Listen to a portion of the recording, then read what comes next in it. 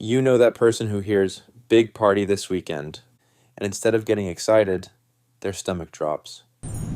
They start doing the math, the noise, the crowd, the small talk, the parking, the awkward hugs, the where have you been conversations. And suddenly staying home isn't a preference. It feels like a rescue plan. And if that's you, the person who'd rather spend a quiet night at home than go to a huge event, welcome back.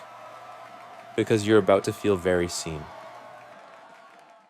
Today, we're breaking down the psychology of people who avoid big social events because society calls them antisocial, or boring, or missing out. But psychology tells a very different story. Here's the thing.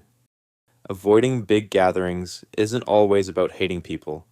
A lot of the time, it's about how your brain processes stimulation and how your nervous system experiences control. 1. It's not shyness, it's energy economics. Most people think the difference is confidence, like they're not going because they're insecure. Sometimes that's true, but a lot of the time it's simpler. Some people recharge around people, other people recharge away from them. If you're the second type, a big social event isn't fun. It's expensive. Not money expensive, energy expensive. Every conversation costs something. Every new face costs something. Every loud room costs something. So your brain does the calculation, is this event worth the energy it's going to take? And if the answer is no, it's not laziness, it's self-preservation. Think of your energy like a phone battery. For some people, a party is a charger. For others, it's a drain. And the bigger the event, the faster it drops. 2. Psychologists call this optimal arousal, and you may have a lower threshold. Psychologists have a concept for this. They call it optimal arousal theory.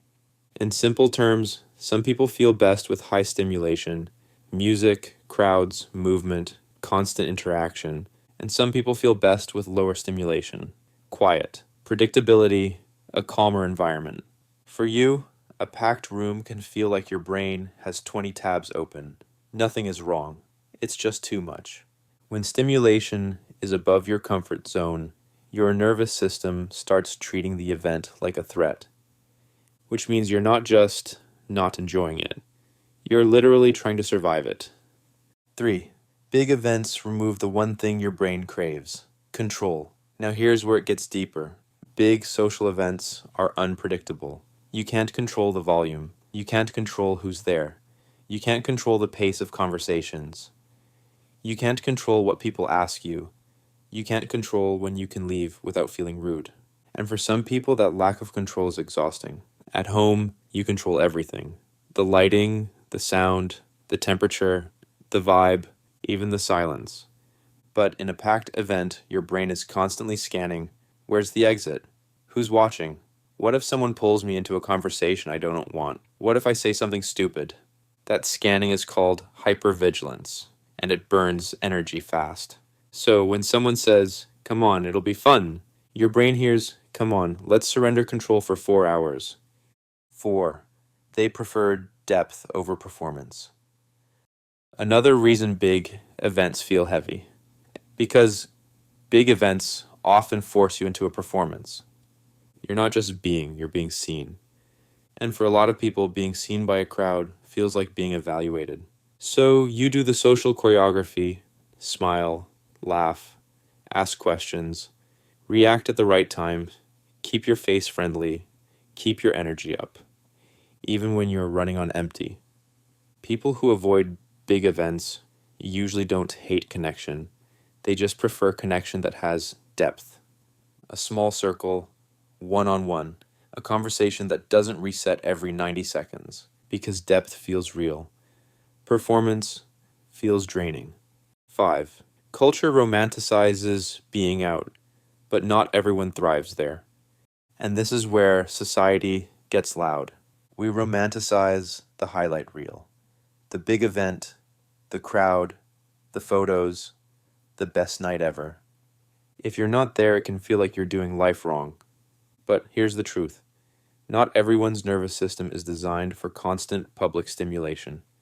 For some people, a perfect night is a quiet room, a comfort meal, a show you don't have to pretend to like, a walk when the streets are empty, and zero pressure to be interesting.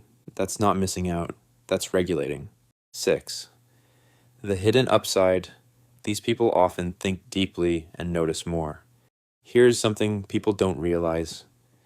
The same brain that gets overwhelmed by crowds is often the same brain that's highly observant, introspective, creative, and good at noticing patterns in people.